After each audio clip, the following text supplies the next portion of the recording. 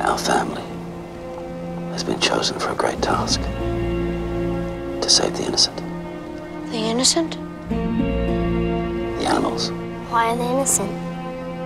Because they still live as they did in the garden. Yes. We need to save enough of them to start again. But what of us? I guess we get to start again too, in a new and better world. Russell Crowe as Noah. It's a clip from Noah. I'm delighted to say the director, Darren Aronofsky, is with me. Darren, good afternoon. Good afternoon. Thanks for having me. I'm doing great. Yeah, I would imagine that you are doing great because you've opened at #1 in America. First time ever. Yeah. Oh, right, okay. That's never happened before. No, never. I've made, these little films, so it's kind of exciting. You haven't. Actually, the water has arrived, which is kind of you. a symbolic moment. Yes. When we're talking Noah. That was, but in a glass. In a glass, not raining down. So how does it feel then to have opened at #1 for the first time? Well, it's great. I mean, you make a film because you want to entertain people. That's ultimately, I'm a storyteller because I like to tell stories, and you like to have a captivated audience that is enjoying the story. So, it's great that people showed up at the theater, and hopefully they'll do the same here in the UK. Well, I think they will, and I think just let's concentrate on the storyteller side of it, because there'll be many people who are surprised to be having a biblical epic at their cinema. Yeah. What was it about this story, an extraordinary story? Most people will know the basics and the outline, and you give them all that stuff. Why did you want to go back and retell this story? Well, it's more than a biblical story. It's a mythical story. It's a story that belongs to every person on the planet. It doesn't matter what your background is. It's part of human heritage. It's one of the oldest stories, one of the most famous stories. Anywhere you go in the world, they've heard of it. And even if they haven't, they have an elemental water story. The Aboriginals and the Amazon, the Maya, the Chinese, everyone has this elemental water story, yet it's never been on the big screen.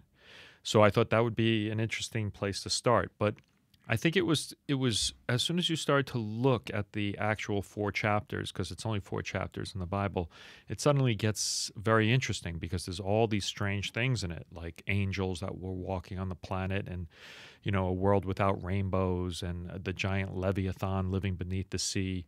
So I saw this very mystical, magical, mythical, fantastical world that would make a really good canvas for a movie.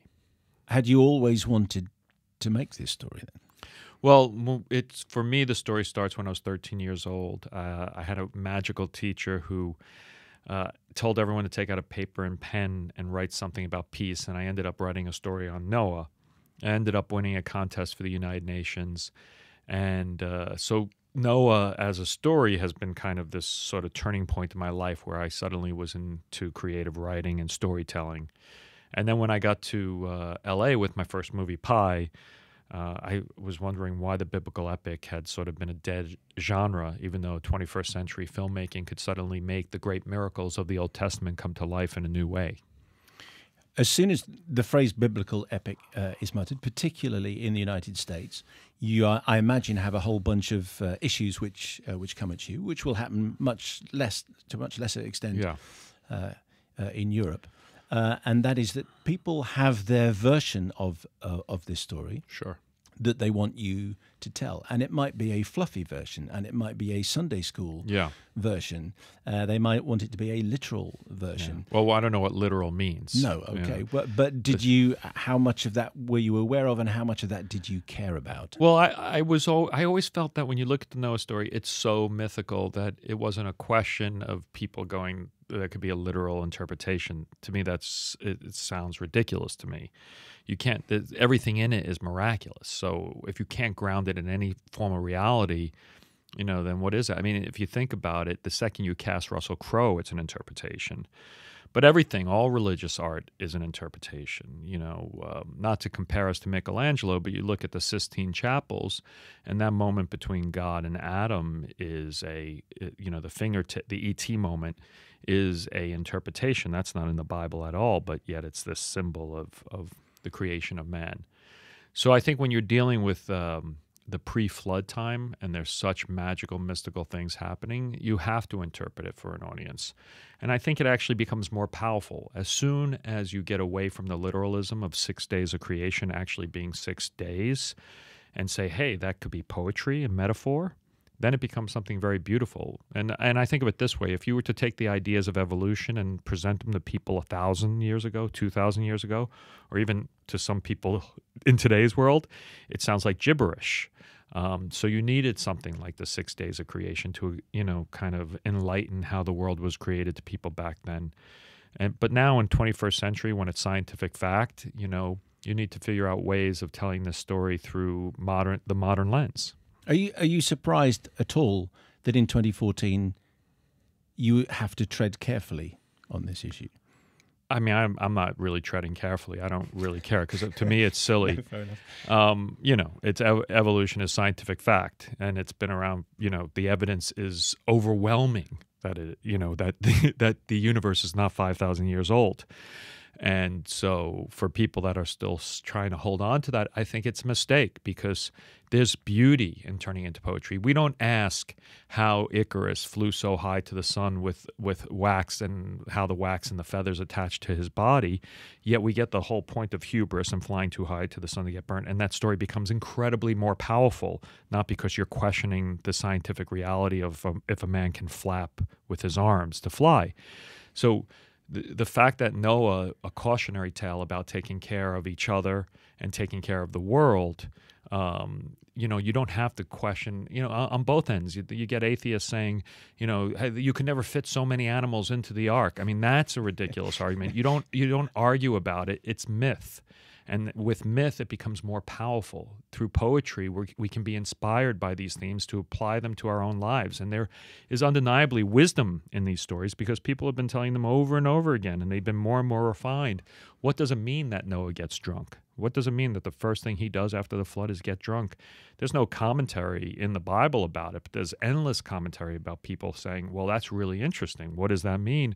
And you can really use that to think about our times and what's going on right now. It's funny because I won that contest for the UN on that poem I wrote when I was 13, and the UN today released, a statement about climate change and that the water is rising. And the irony that we're about to open here in the UK in 4 or 5 days after that, dire warning appeared is just we can use the connection of these old stories to say, hey, we need to do something about it. It's interesting you used the phrase the water rising. I interviewed a fantastic environmentalist, James Lovelock, who is the inventor of Gaia theory. And he has a very complex idea. It's a very simple idea, but it becomes quite complex in the telling. And I said, so what's the one thing, James, where we know that this stuff is about to happen? And he said, the water levels are going to rise, and they're going to keep rising. And the environmental message of this movie is all the way through, and that was clearly at the heart of what you wanted to do with this. Yeah, and it's also in Genesis. For some reason in America, it's a very politicized thing. A lot of the religious is aligned with the kind of more right conservative, but I think it's a shame that that's been linked because in the Bible, it's very clear the environmental message. First of all, Noah is saving the animals. I mean, right there is an ecological message. He's not going out and saving all the babies, all the innocent babies. He's saving the animals. He's saving creation. And in Genesis 2:15, the first thing that Adam is told by God is to take care of the garden, to tend and to keep it. That's very, very clear. And then this whole idea about not eating animals is in the Bible. Man was not granted the right to eat animals till after the flood. That's also in the Bible. And so there is an ecological environmental message. And it's great that Pope Francis is starting to talk about it. In his first sermon, he said that we all should be stewards of creation. And so, that's been an inspirational message. And I think he's going to use a lot of his time now to sort of push that along. Were you quite keen to get some kind of papal blessing or affirmation? No, I was more interested in going to see the man speak. I've found him.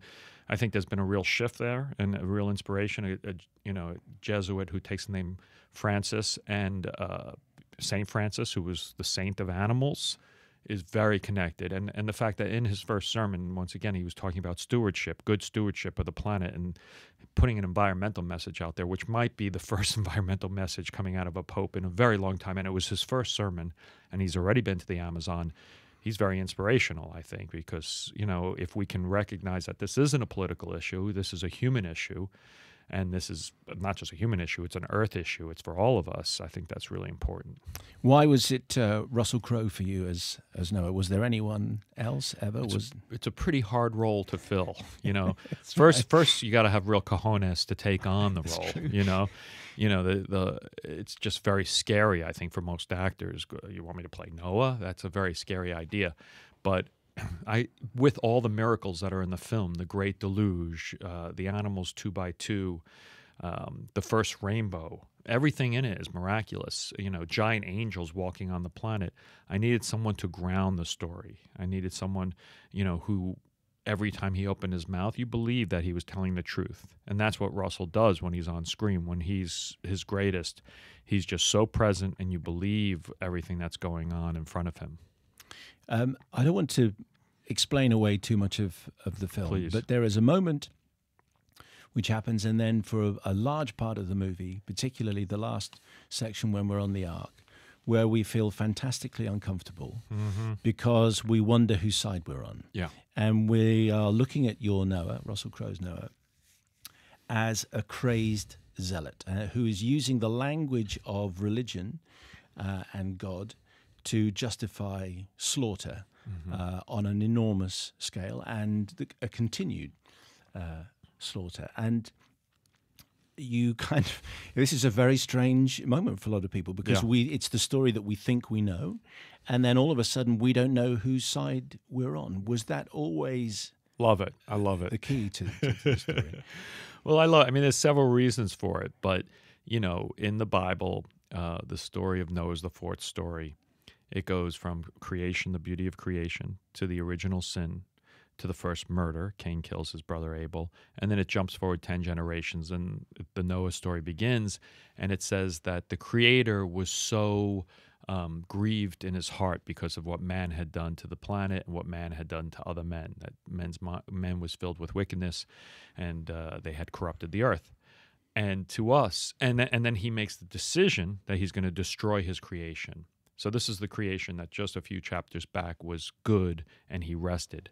And so that emotional decision to destroy your creation, we felt, was the heart of the movie, because it is the height of the emotional conflict that's actually written about in those 4 chapters of Genesis. So we wanted to personify it and humanize it. So we took that idea of destroying your own creation and we gave that to Noah. And then the dramatics played out after that. Yes. And to contemporary ears, when you hear that sort of language being used to justify slaughter, he sounds like a jihadist. Well, that wasn't an intention. We weren't really going in that way. We weren't really thinking about Zealot and that type of intention. Well, he it is. really, but it's in the story of what the Creator decides to do. That's how we were perceiving it, in that it actually is in the story. We always said, you know, when I first heard the Noah story as a child, I didn't hear it as that nursery story. I didn't hear it as the old man with the beard and the animals and a plaything. I always sort of empathized with the people that didn't make it on the boat. I found the story terrifying because I recognized that I had sin in me, and you know, I was scared. And so the fact that I was going to be destroyed, and that just scared me. And so for me, that's the drama of the story, is that the Creator had to destroy what he loved most in the world. And just on the precision of the language, you've referred a couple of times to the Creator. God is not referred to at all. The Creator. Why is that different? But why? No. Yeah. Well, it's clear who you're talking about. But was the choice of the word important? I just felt that God has very modern connotations, and it means a lot of different things to a lot of different people. And this is the pre-flood time. It was a different time. They were 10 generations away from creation. Being the Creator was it kind of adds, it's his greatest act that had happened up to that point, and they would be in awe of it. Mm-hmm. And sort of, I think it's somehow more encompassing and more specific, as well as sort of creating a universe that is its own. Did it make you want to carry on and do so? Are there any more, on this list of yours? Are there any other Bible epics that you want to do? What's I don't know. We'll see what's next. I'm going to take a break for a little bit and recharge the batteries. It's been a long path. I've been working on this since Black Swan, and so I'll take a little break and see what it floats my fancy. We were thinking, David and Goliath. Maybe we could get, and if you don't want it, how about Lars von Trier or Paul Greengrass? I love that both would be interesting.